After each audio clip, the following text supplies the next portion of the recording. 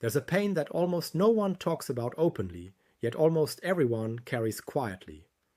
It is the pain of sending a message and hearing nothing back, of speaking and realizing no one truly listened, of being present in someone's life and then, without warning, feeling yourself becoming invisible. You know exactly how this feels. You have stared at your phone waiting for those 3 small dots to appear. You have reread old conversations searching for the precise moment something shifted. You have asked yourself in the stillness of a sleepless night what you did wrong, or worse, what is fundamentally wrong with you. And perhaps what hurts most is not the silence itself. It is what your mind does with it. Because the human mind has a particular talent for suffering, it cannot tolerate empty space. When someone stops responding, when someone pulls away, when someone ignores you without explanation, the mind moves in immediately. It begins filling the silence with stories, with theories, with quiet accusations, and almost always the stories it tells have the same central character: you. You said something wrong. You were too much or not enough, too available or too distant. You are the reason. You are always the reason. And slowly the other person's silence transforms into a verdict. A sentence you pronounced against yourself in a courtroom where you were simultaneously the defendant, the prosecutor, and the only witness. This is the particular cruelty of being ignored. It does not only wound the heart, it wounds the story you tell about who you are. If you have ever sat with that kind of pain, the kind that lives in your chest like a held breath, the kind that makes ordinary moments feel hollow, then these words are for you. Not as advice, not as instruction, but as a quiet conversation between your suffering and something older and wiser than the noise in your head. Stay with this a little longer. What you're about to discover has the power to change not just how you respond to being ignored, but how you understand your own worth at the deepest level. And if reflections like this one bring you even a small measure of stillness, consider staying close. There is more waiting for you here, offered gently, one breath at a time. The first thing to understand is this: the pain is real. Do not let anyone, including the voice inside your own mind, tell you otherwise. You are a social creature. Connection is not a luxury for you. It is a biological necessity, as fundamental as water and air. When you're ignored, something ancient in your nervous system activates. Your shoulders tighten, your stomach contracts, your breath becomes shallow and careful, as if your body is bracing for impact. This is not weakness, this is not neediness. This is the honest response of a human being who was built for belonging and is suddenly uncertain whether they still have it. But here is where the path divides. The pain of disconnection, that raw, immediate sting, is one thing. It is honest, it is clean. It passes through you the way weather passes through an open field. What transforms that honest pain into prolonged suffering is something different entirely. It is the interpretation, it is the story, it is the meaning your mind, in its desperate attempt to make sense of silence, attaches to what happened. And Buddhist wisdom, refined over centuries of careful attention to the nature of the mind, offers a truth that is both simple and profoundly liberating. The event and the story about the event are not the same thing. The silence exists. The suffering comes from what you decide the silence means. This distinction is not academic. It is the difference between a wound that heals and a wound you keep reopening every time you revisit the conversation, reframe the memory, and reconfirm the verdict you already gave yourself. So let us walk through this together, slowly without rushing toward easy answers, because the freedom that is available to you here is real, but it requires something more than a quick insight. It requires a gradual, patient reorientation of how you relate to other people's responses, and more importantly, to your own inner life. The first teaching is one that the mind resists strongly, because the mind prefers certainty over truth. Not every silence is rejection. Read that again, not as reassurance, but as fact. The human being on the other side of your unanswered message is carrying an entire interior world that you cannot see. They are navigating their own fears, their own exhaustion, their own unresolved conflicts, their own moments of paralysis and avoidance. Their silence, more often than not, is a reflection of where they are, not a judgment of who you are. When you assume that silence means rejection, you're filling a blank canvas with your own darkest colors. You are writing a story and then suffering as though someone else wrote it. The mind does this automatically, quickly and convincingly. But automatic does not mean accurate. Think of the surface of a lake on a windy afternoon. The water moves, churns, reflects fragments of light and cloud in a way that looks chaotic and difficult to read. But beneath the surface, the water is still. The wind does not reach the depths. When someone's silence activates your fear, you are watching the surface of your own mind in a storm. The turbulence is real, but it is not the whole picture, and it is not the permanent picture. The stillness beneath is always there, waiting for the wind to pass. A small practice to carry into this week. The next time you feel the anxiety of an unanswered message rising in your chest, pause before you reach for your phone again. Place one hand flat against your sternum. Breathe slowly, fully, 3 times. And ask yourself one honest question. Am I responding to what actually happened, or to the story my mind has already decided about what it means? That single pause, that one breath of space between stimulus and interpretation is where freedom begins. It does not resolve everything, but it interrupts the automatic machinery of suffering long enough for something quieter and truer to be heard. The second teaching comes from one of the oldest parables in the Buddhist tradition, and its wisdom has lost none of its precision across centuries. The Buddha was once confronted by a man who met him with contempt, with coldness, with a deliberate indifference that is designed to diminish. And the Buddha asked him a simple question. If you offer someone a gift and they refuse to accept it, to whom does the gift belong? The man answered, to the one who offered it. And the Buddha replied, then I do not accept what you are offering. Sit with that for a moment. When someone offers you their indifference, their coldness, their silence used as a weapon, you have a choice that most people never realize they have. You can accept it, absorb it, let it enter your body and your story about yourself. Or you can leave it where it belongs, with the person who offered it. Their indifference is their decision. It emerged from their history, their patterns, their fears, their unresolved pain. It is theirs. It was never yours to carry. The moment you stop accepting what was never actually meant for your keeping, something remarkable happens in the body. The shoulders drop, the jaw softens, the breath, which had been tight and high in the chest, drops lower, slower, deeper, not because the situation changed, because your relationship to it changed, and your relationship to things is the only territory you have ever truly governed.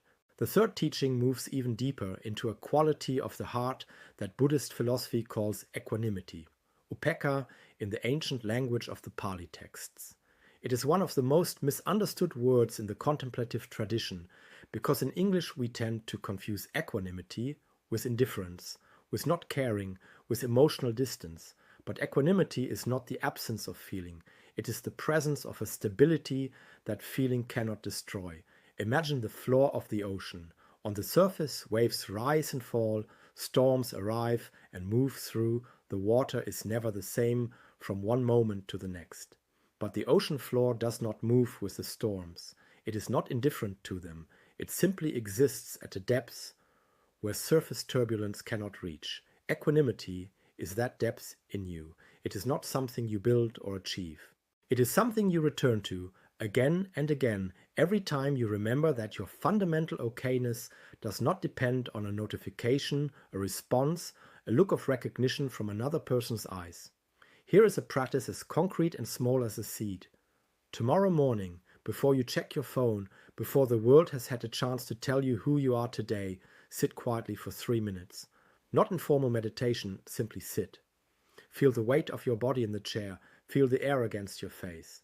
Notice that in this moment, before anything has been evaluated or measured or responded to, you exist fully, without needing confirmation. Breathe into that. Let the feeling of simply existing, without earning or proving or waiting, be your first experience of the day. Over time, this small practice rewires the nervous system's relationship to external validation. The waiting does not disappear, but it loses its grip. The fourth teaching strikes at something very specific in American culture, because this culture has a particular way of tying worth to visibility. To be seen is to matter. To be followed, liked, responded to, chosen, these things carry a weight here that goes far beyond social preference. They have become quietly and pervasively measurements of value. And so when someone ignores you, it feels like more than a social slight.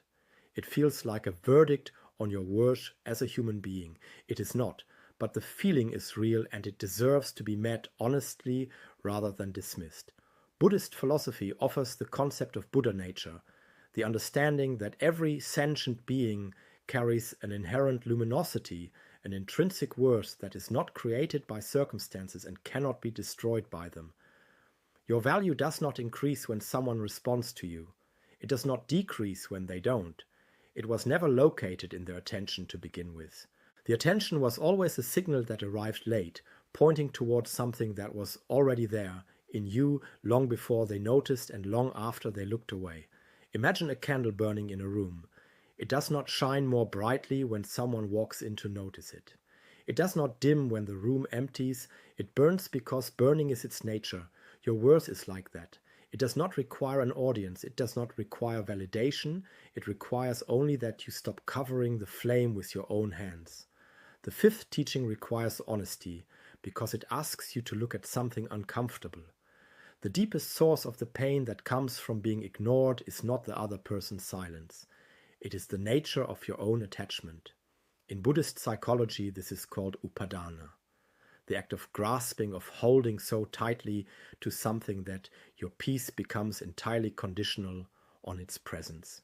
When you need someone's attention in order to feel okay, you have handed them a power over your emotional life that no person should hold and that no healthy relationship can sustain.